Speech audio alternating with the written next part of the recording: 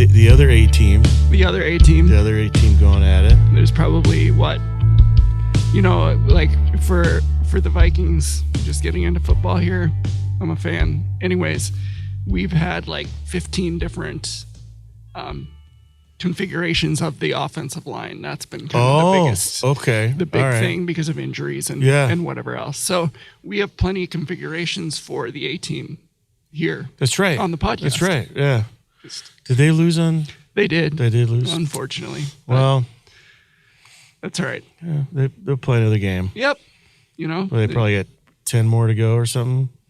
11 more to go. Well, wow. because now they do, because you're not really into pro football a whole lot. Not really. So they do 17 regular season games, and they just finished 6. Oh, okay. Because we had a bye week, so maybe that's what threw you off. But yes, yep.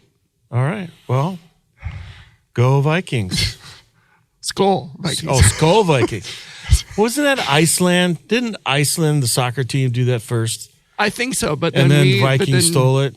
Well, borrowed it. I think is Come probably on, the better. gotta give them credit. Stole. I mean, that they whole do give clapping thing. Yeah, the skull chant. Yeah. All right. Well, that's bigger than my pay grade. But what is not is we did get a request. Yes. From last week, as the last couple times I've talked about when I was in Wyoming and received a cowboy hat. Yes, that's and right. So we brought that. We did get a couple guesses. Yep. And I don't think anybody's guessed the color because it's not your felt cowboy hat. Yeah, it's a different kind of cowboy hat. That probably throws people off. We didn't really give them that information either. So no. So what we'll do is we'll bring it up. Yep. It is some kind of straw plant-based cowboy hat, ma'am, sir, that we received, and they were all this kind of material. Got it. And some had more sides like this, and some had more sides like this. And I can keep molding it if I wanted to bring it up a little bit here, but I kind of like the wide brim, especially when I'm out on the range, right? And I'm riding.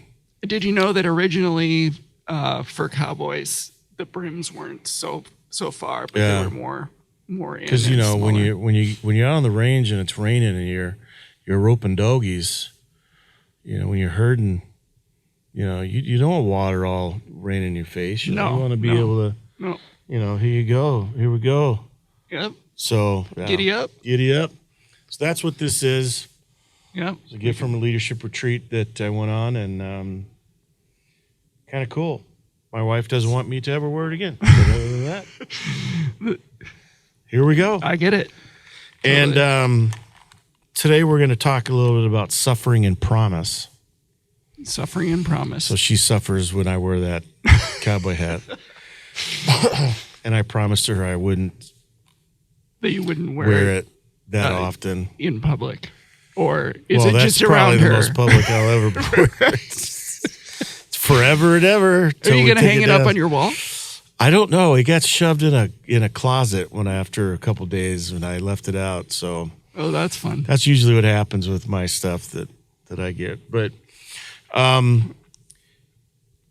again, just a couple of things. Can we put this resource list on the? Absolutely. So we will repost this resource list, and it's the same one that we started with, but there's a couple books here that now we're going to get back to as we get into some things, and I'll highlight that towards the end. But we're gonna connect suffering and promise, and we're gonna do it 3 different Bible characters.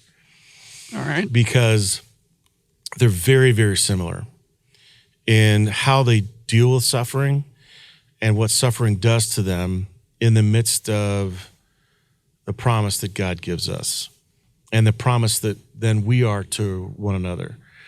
So we're going to do a little bit of review from way back in Genesis. Okay. And we'll see how many people remember what we walked through. We'll see what happens. Right. But we're in Ruth, so we're gonna start with Ruth, and the point in the story where we are, Ruth and Naomi are back home. They make the trek, they're back home, and they are. Naomi comes home, and Naomi says, "There's this big stirring that Naomi came back to Bethlehem." Right. And so not everybody left. I mean, the whole thing about this famine is that not everybody left. And I was reading some things the other day. Typically, if you were in Palestine, now modern day Palestine, Israel, you would never go to Moab to find food. Because where the area of the 12 tribes of Israel living, Palestine, if they're having a famine, Moab's having a famine. Oh, okay. What you would do is you'd go to Egypt, because Egypt always had food because of the River Nile. Yep. And that's where Jacob and, all of his sons go when there's a famine. And that's where typically people would go when there's a famine. So I'm going to dig into a little bit more of the famine, why they picked Moab, and what's important about going to Moab, other than they pass through around the Dead Sea, and they come back around the Dead Sea. Both of those trying to find life. They only found death in Moab. They found life again back in Bethlehem. So that was interesting, but it goes so bad for Naomi. All of these residents of Bethlehem are excited to see Naomi, or there's a stir in the town that Naomi's back. And they go, "Naomi, Naomi." And she's like, "Nope, I'm no longer Naomi. My name is Mara," which means bitter. And this is why she believes her name should no longer be Naomi, but it should be bitter. This is what she says. "I went away full, but the Lord has brought me back empty." She went away full with her boys and her husband. "And so why call me Naomi when the Lord has dealt harshly with me and the Almighty has brought calamity upon me?" So right at the very beginning of this conversation, or Naomi's reflection, she doesn't see the promise that's right there. She didn't come back empty. She came back with Ruth. She came back with the biggest promise that anybody, humanly can make to one another. "I will go where you go. Your people will be my people. Your God will be my God. Mm-hmm. Where you die, I will die. Where you're buried, I'll be buried right next to you." That is a massive promise. But Naomi's also suffering. But she should. And in our suffering, we don't see the promise that's right next to us, that's hanging right there. And so we're going to go back and review two other sufferers and that don't see the promise. Okay. One is very easy to see. The other one, we're going to have to turn the gem a little bit and pay attention to the lullaby effect that we have, as we talked about it way early on in this series. So we're going to start with Hagar. Okay. Hagar is this slave, Abraham and Sarah's slave, basically Sarah's slave. And Sarah can't have children. And so the word comes to Sarah, goes, "Hey, Abraham, I can't have a kid. Take Sarah and you guys have a kid." Now, Abraham's been promised a major promise. You will be the father of countless nations and the whole deal. But once that whole thing starts to happen, which right then and there, we only know that that's the only promise that's available to Abraham. The only way to fulfill the promise that God gave to him is this baby in Hagar. Yeah. And Sarah begins to deal pretty harshly with her, and Hagar runs away.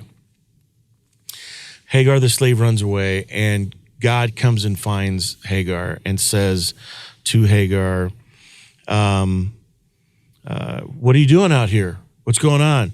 And Hagar says, well, she's not very nice to me.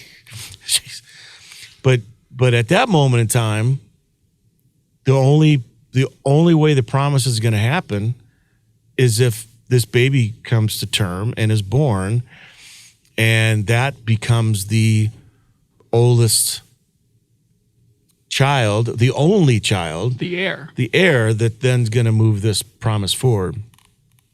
But the angel of the Lord said, return to your mistress and submit to her, because the promise is bigger than any of us, right? The angel of the Lord also said to her, I will so greatly multiply your offspring that they cannot be counted for multitude. We're going to see some very common things between, because the next one we're going to go to is Abraham. And the Lord said to Hagar, now you will conceive and shall bear a son. You shall call him Ishmael, for the Lord has heeded your affliction. So Hagar has the son, the only heir of the promise at that moment in time. But again, Sarah can't deal with it. She's like, hey, because at that point Isaac is born, Ishmael's the heir, but Sarah was the wife. Jealousy, conflict, it's not going to go well. And Sarah goes to Abraham, send her away. We can't have two people in charge here. And the promise that first came to Abraham wasn't around when Abraham was married to Hagar, or not married, but right, was going to have a baby with Hagar. It was when he was with Sarah. So there's this competition. So Abraham fills a bag of water and some food and sends Hagar and Ishmael, who's probably, well, I don't want to speculate, maybe 10, maybe 7, I don't know, something like that.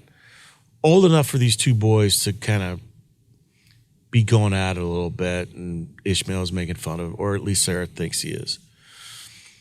And so they go out into the desert, they wander around. This is what happens. So Abraham rose early in the morning and took bread and a skin of water and gave it to Hagar, putting it on her shoulder along with the child, and sent her away. And she departed and wandered about the wilderness of Beersheba. When the water in the skin was gone, she cast the child under one of the bushes, and then she sat down opposite him a good way off, about the distance of a bow shot. So she's pretty far. She can't be there to watch her son die of thirst.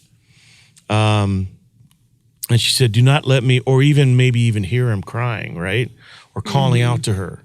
It's too much. The suffering is way, way too much.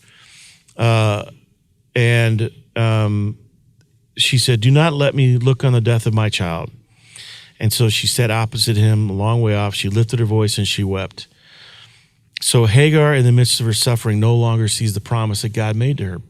God said, I will so greatly multiply your offspring.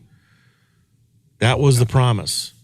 But Hagar's suffering has shut her off from that promise. Just the same thing that Naomi's suffering has shut her off of the promise of the reality of Ruth is right there. There's no future. Naomi can't see the future because of the suffering, and Hagar can't see the future. And in her weeping, it's weird, it's interesting. God heard the voice of the boy. It doesn't tell us that the boy is weeping. Hagar lifts her voice and weeps. I want to turn the gym on that a little bit. God hears the voice of the promise. The boy is the heir. The boy is going to be the one, this child is going to be the one where the promise is going to flow through. And Hagar is weeping on behalf of all of that. And so maybe the boy was crying out, could be, but God hears the voice of that promise that God made. And it goes along with all of these other promises that God has made. I will promise you, Abraham, I will do for you what you can't do for yourself. the suzerain vassal relationship. Noah, I'll never do this again. Call upon me if you need me. Over and over and over again, God is saying, here's the promise, and then I'll fulfill it. And that's what's going on, I believe, in this part of Genesis. And she went and filled this, and then right away, God called to Hagar and said, what troubles you? Do not be afraid, for God heard the voice of the boy where he is. Come, lift up the boy and hold him fast with your hand, for I will make a great nation of him. Then God opened her eyes, and she saw a well of water. If we remember when we went through this last time, the well of water was already there. Right. It didn't just magically drill itself. It didn't just magically get a bucket on it. It didn't just magically appear. It was always there. But in Hagar's suffering, she could not see it. It was impossible for her to see it. God reminded her of the promise. We're going to see what happens with Ruth in the next couple of weeks as we move forward. But yep. And then we're going to go to suffering Abraham. So we have suffering Ruth, suffering Hagar, suffering Abraham. And I want to be, pretty careful with people with Abraham, because the lullaby effect is massive with this story. Mm. It's one of these stories that has shaped many, many people's faith lives, and it's only been shaped through Western Christianity's point of view. And what the lullaby effect is we've heard the story so many times, and we've heard one explanation for it. Any other explanation is going to either tweak us the wrong way, or we're just going to go, oh, that's a bunch of bonkers. A bunch of bonkers. Something like Something. that. A bunch of what I wear my Yes. cowboy hat have to walk through, Yes. But I want us to open ourselves up to turning the gem. It's the same gem. It's like when you turn a diamond, it's the same diamond, but when you turn it, you see different parts of it that you didn't see it if you're just looking at one thing the whole time. And it makes that diamond even more rich. When there's someone that's cutting a diamond, there's someone that's evaluating a diamond, what is it? I can't remember. Is it 4 C's? Cut, carat, clarity, and color, or something like that? I think you're probably got pretty that close. right. Yeah. Right on. If you're only looking at that diamond through, or that stone or that gem through one way, you're not going to be able to see everything. So that's why they turn it and look at it in different ways. It's much the same as we talked about. There's a room say there's a room in the house, and you look through one window and you only see one part of that room. You have to go to the other window and they see, oh, there's other parts of the room. Same room. Nobody's different vantage point. Nobody's changed the room. So we're not changing the story of Abraham. We're going to turn it a little bit and thinking of Abraham as someone who suffered as well. Not someone who just willy-nilly said, oh, I'll just take my son and I'll kill him. No big deal. I can do that. Because that's where that kind of comes from. And also it kind of goes to, do I have that much faith? Yeah. That's not what the story is about. So we're gonna review a little bit with it as well. So suffering Abraham. We'll turn the gem, look through the room for the different window. Be careful of the lullaby effect with everything. Doesn't matter what Bible story it is.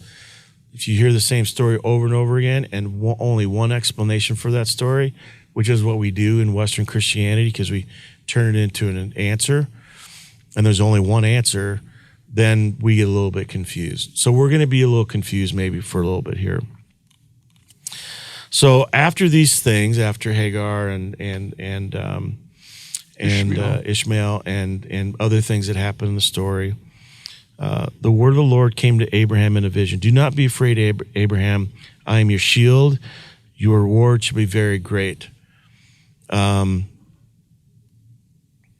sorry. I'm going to go back further. This is before Hagar and This is before Hagar and Ishmael are sent out. I want to make sure I'm in the right sequence here. Yeah, this is Genesis 15. So lots of things are getting set up, all kinds of stuff. And so a lot of things that happen. Do not be afraid. I'm your shield. Your reward shall be very great. But Abram said, "Oh, Lord God, what will you give me? For I continue childless." Okay? There's no child. "And the heir of my house is Eliezer of Damascus." And Abraham said, "You give me no offspring. And so a slave born in my house is now to be my heir." And that's Eliezer, is a slave in the house. Because it's all patriarchy, which we're going to get to next time. And Abraham said, "You'd given me no offspring, and so a slave born in my house. But the word of the Lord came to him, 'The man shall not be your heir. No one but your very own issue shall be your heir.'" So your own son. He brought him outside and said, "Look toward the heaven and count the stars, if you're able to count them. If you are able to count them," which assumes that he's not able to count them. Then God said to him, "So shall your descendants be." That is the same exact promise that God gives later on to Ishmael and Hagar, and God gives that to Abram. So it's the very same promise. We haven't seen the promise fully yet come true for Ruth in terms of what the exact promise is going to look like, but I'm going to bet it's going to look something similar to, don't read ahead, it's going to look something very similar to these promises. So these two people have promises. So Abraham has a son right after that. Impossible. Odds are impossible. Can't do it. And just like Hagar and Ishmael were sent, Abraham and Isaac are sent. Just as Ishmael is going to be under a bush dying, Isaac's going to be on the top of a bush of bushes dying, right? I mean, there's similar things going on. And we can think that Abraham is not suffering, that he just said, "Here I am, I'll go." No, it took him 3 days to get somewhere where it should take him 3 hours. So what's going on in Abraham? He is taking the long way around. Not only that, but he brought Isaac's friends with him. If you're going to go out and do this thing, why bring support? Why bring Isaac's friends? 3 days, you got 3 days to hang out. You got 3 days. And Abraham's like the dad going, I'm here, God. Hanene, I am here. But man, I don't want to be here. And you can go right to Jesus in the garden. Take this cup from me. I don't want to drink this cup, but I'm here. And so he says, go up to the mountain and take your son, whom you love, and go to the land of Moriah and offer him there as a burnt offering. Now, I don't think there's any play of words here. I don't think that God isn't trying. God is telling Abraham, you're going to kill your son and you're going to burn him. I don't think there's any kind of play of words here. I think this is going to be a burnt offering. Like there's no metaphor here. And so what happens is Abraham begins to suffer. He procrastinates, because people procrastinate in their suffering, and he no longer sees the promise either, because the one he loves describes Isaac, not Ishmael. Doesn't run around and go, "Ishmael, come back, you're home, come back." But he's been given a promise that his descendants will be more than the stars. That's obviously the only way that it's the only way. It's the only way it's going to happen. So, he gets up to the mountain, and the Isaac says, "Hey, where's the lamb for the burnt offering?" Because Isaac is And the story of Isaac, we should do the story of Isaac. Isaac's always so passive. He just kind of goes along with what's going on. Reached out his hand, Abraham did, and his knife, with the knife, to kill his son. But the angel of the Lord called to him from heaven and said, Abraham, Abraham, here I am. Hanane said, do not lay your hand on the boy or do anything to him, for now I know that you fear God, since you have not withheld your son, your only son, from me. And Abraham looked up and saw a ram caught in a thicket. Now that ram didn't just show up magically, just like that well didn't show up magically, just like Ruth didn't show up magically. It's always been there. And Abraham didn't see it. Neither did Hagar. Different forms of suffering, not the same kind of suffering. Different forms of suffering, but still suffering. And that makes you forget the promise. It would have been interesting for Abraham to go, hey, hold on a second, God. Wait a second. Hey, you made this promise. And now you're telling me that the promise isn't going to come true? Like, what's up with that? Right. But he doesn't do that. And I think that's what God says, your faith, I got your faith now, because Abraham didn't question it. He could have said, no, I'm not doing that.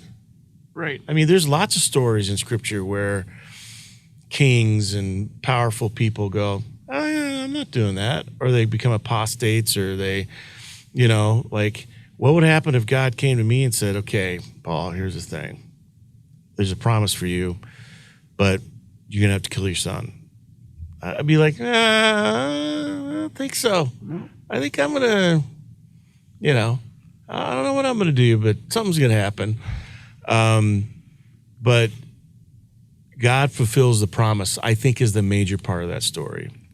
We focus so much on Abraham's cruelty and Abraham's child abuse and, that whole horrible thing. Now, it was not uncommon for the patriarch or a king to pass their kid through the fire, which meant child sacrifice, especially the oldest.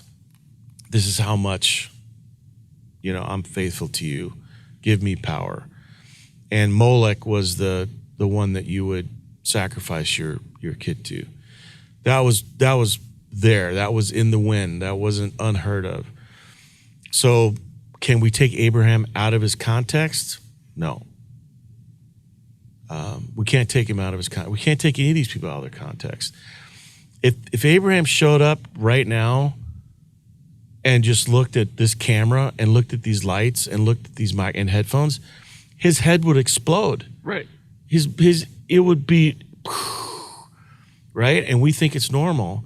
Our head explodes when we read something about, 3,500 years ago, because we just can't grasp our modern Western brains around that whole concept.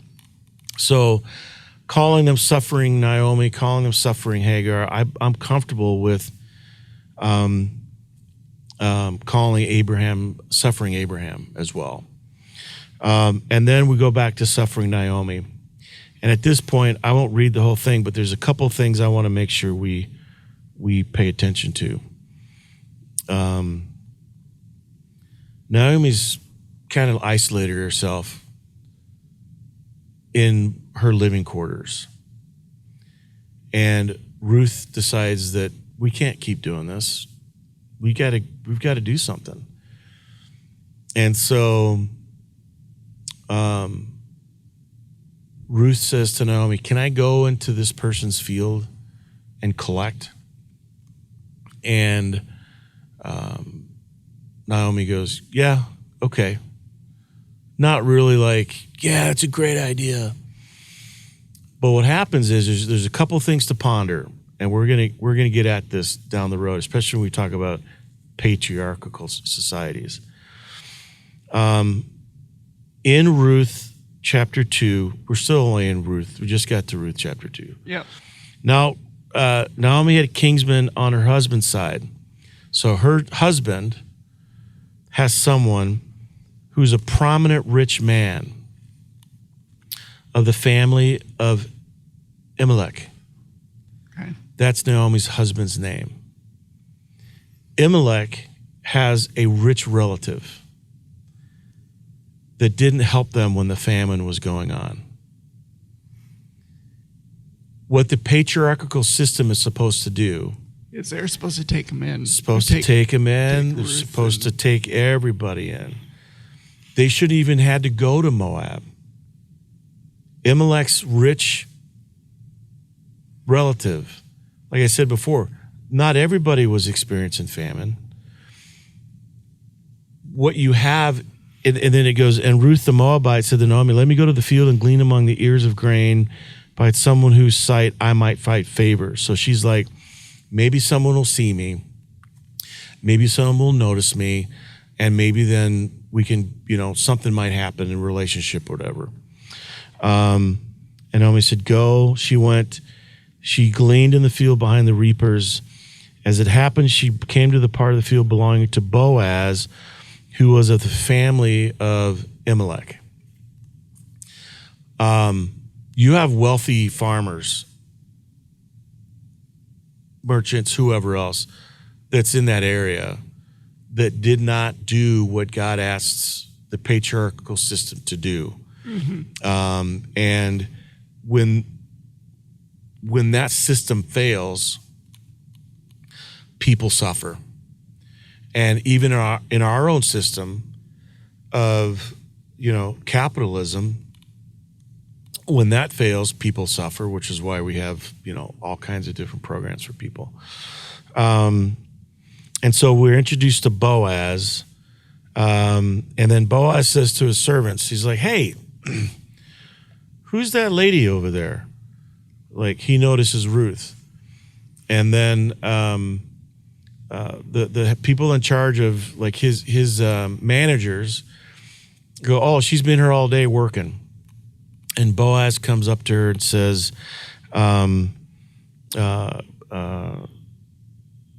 she's a Moabite, came, and she said, please let me glean behind the reapers.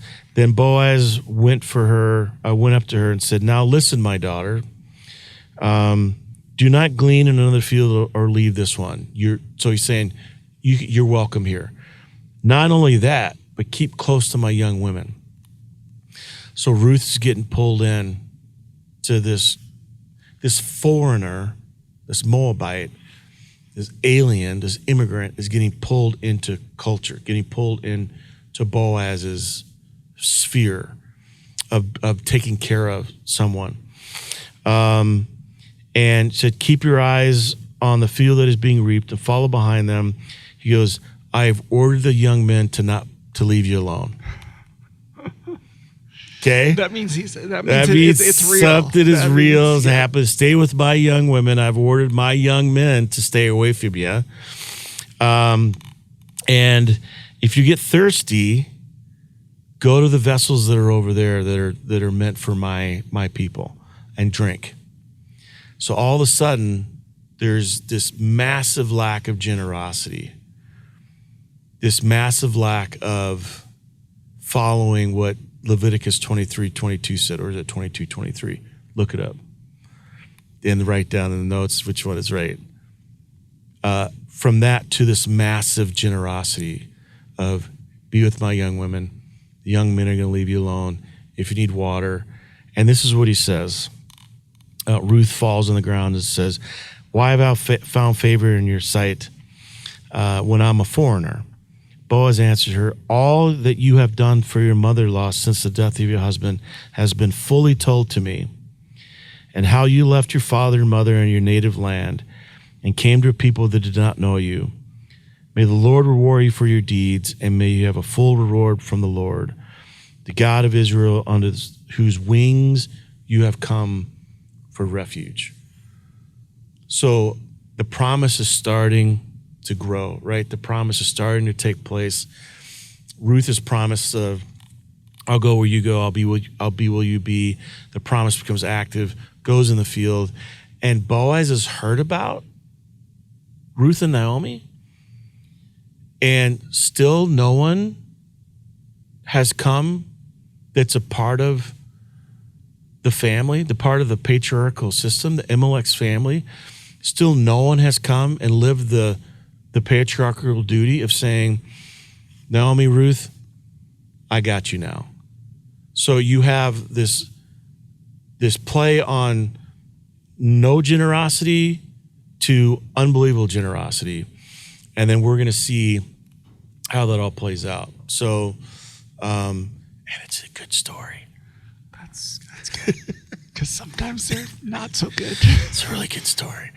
There's a good ending at the end. And then we're going to see Naomi spring to life.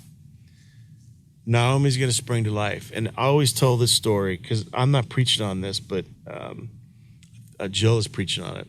But,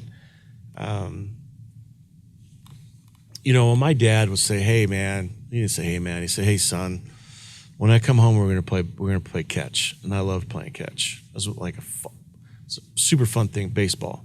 Yep. And my dad said, well, when I come home, we're going to make it happen. But who was doing the work behind the scenes to make sure? It was me. I got all my homework done because I knew if I didn't have it done, we weren't going to play catch. I'd have to do my homework. I get all my chores done. I knew if I didn't have my chores done, we weren't going to play catch because I had to get my chores done. I got the baseball out. I got the gloves out. I was prepared and ready to go. And even though my dad made the promise, I was the one that helped it come true. And that's what we're going to see Naomi do. Naomi comes out of her suffering and moves into the promise and begins to prepare this whole elaborate thing that's, sorry, Jill, that you have to do this, but I know you do it great and you've changed some things, but it's not very family friendly in terms of the story. But Naomi positions Ruth in such a way that all of a sudden everything changes for their family and everybody. So I just think it's interesting that Boaz, who is not the nearest relative of Naomi, has heard about what Ruth has been doing for Naomi, hasn't been hearing about what the patriarchal system is supposed to be doing for Naomi. So something's broken there. And we're going to see how that gets fixed and what happens with that. So we don't understand there are patriarchal systems that still exist, obviously, in our world. However, in that part of the world, that's the way it was organized, and that was the way that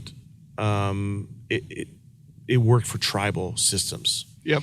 Not that it's the best way. So I want to recommend the Epic of Eden. I recommended it early on. It's from Sandra L. Richter, Richter, The Epic of Eden, Sandra Richter. Again, with all these books, I don't agree with everything that they say, and they wouldn't agree with everything I say. Right. But she does break down what a patriarchal system looks like and how it's supposed to be, how it's supposed to do what it does, and what happens when it doesn't work. It breaks down. Okay. And so we're going to, in 2 weeks, we'll unpack that, and we'll see how that gets fixed outside of the Imelech's family, because no one's doing it. So yeah, and that's leaving Ruth and Naomi out in the cold. So there we are. Well, thanks for the teaching here. I thought it was very in depth, and it was it just kind of opened things up, at least to the suffering part, and then even the connection. I think maybe it was a minor connection, but from Abraham to Jesus, and taking, wanting to take this away from me, sort of a thing. Which, and Abraham's not Jesus. No. And we're not Jesus. No. But suffering does something to us, and suffering blinds us to the promise. Now, what also doesn't help is when, say I'm suffering over something and someone says, oh, you'll be fine. That doesn't work either. No. Ruth doesn't say to Naomi, oh, you'll be fine. Go back to Bethlehem. You'll be good. You'll be fine. No, Ruth said, I'm going to come with you.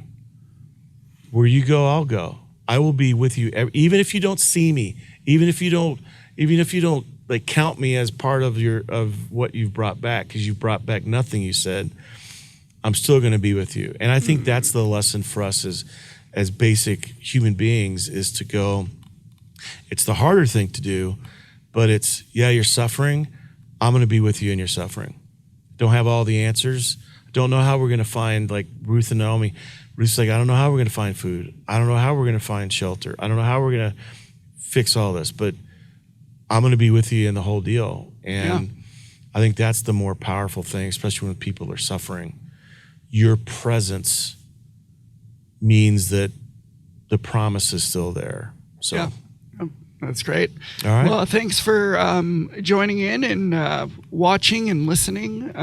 We really appreciate any comments or any suggestions. Like, we've got the hat. Thanks for your guesses on that, even though no one got it exactly right. But I think we maybe threw a curveball on that one. This might be a Wyoming thing. I don't know. Yeah, anyways, we appreciate your interaction with us. You can reach out to us at communications@popmn.org for any comments or anything like that. You can also find the podcast audio on our worship downloads page, as well as on Spotify, and watch us here on YouTube. We would love for you to like and subscribe and even share, because I think the more you can share that, the more it'll get out, and people will be able to see maybe a little different way than they've been than they have before. Cool. So we appreciate it. Yeah. Thanks for your time. Take care.